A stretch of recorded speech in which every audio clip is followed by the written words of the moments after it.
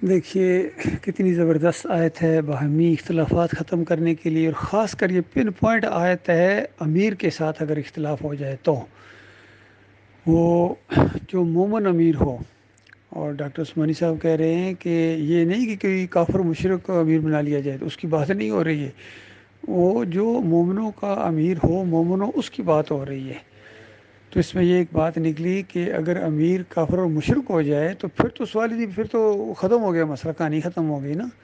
یہ جو اللہ اور اللہ کے رسول کی طرف پھیرو، یہ مخلص مومن امیر کی بات ہو رہی ہے کہ کوئی وہ ایسا حکم دے جو قرآن و حدیث کے مطابق نہیں ہے، تو آپ جو ہے اس سے اختلاف ممکن ہے.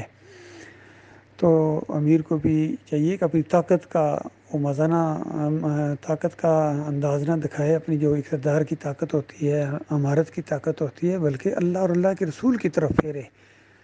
اور قیامت تک کے لیے حکم ہے. اور ڈاکٹر صاحب کہہ رہے ہیں کہ بہترین طریقہ ہے، اندازہ لگائیے.